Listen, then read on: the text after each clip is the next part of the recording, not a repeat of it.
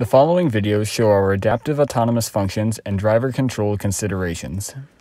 As you watch, you can see how the robot is able to dynamically adjust its position to help ensure consistent performance.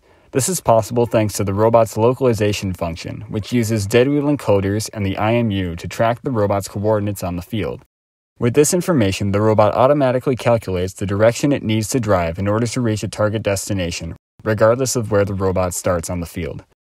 The development of a localization function was a major goal for our team, and its creation significantly streamlined the late-season process of tuning our autonomous route, especially compared to the highly finicky, dead reckoning style of motion that our team has used in previous seasons. Similarly essential to the control of our robot is the Mecanum motion function. This function calculates the precise motor powers necessary to drive the robot in the desired direction, and includes automated corrections that keep the robot's rotation from drifting unintentionally.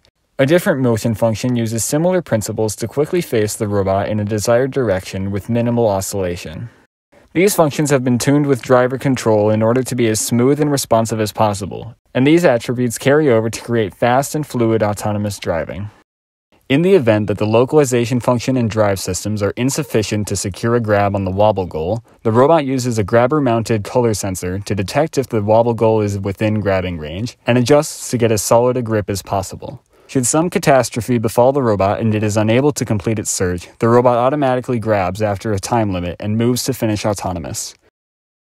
When approaching the design for our driver control systems, our objective was to create something that would combine the unique strengths of the player and computer while providing effective communication between the robot and the player. To aid this, we use a control scheme common to first-person shooters, where the left joystick controls movement and the right joystick controls the face direction.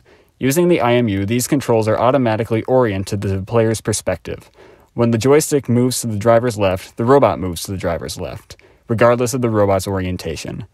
We use the LEDs to communicate information about the state of the robot that is difficult for the players to observe directly, such as the motion of the internal belt or the current speed setting the robot is in. Internal systems like the progression of the ring belt are automated, using motor encoders and a magnetic limit switch. For situations where the robot requires extra precise positioning, the drivers can toggle to a lower speed setting or tune their rotation using the D-pad.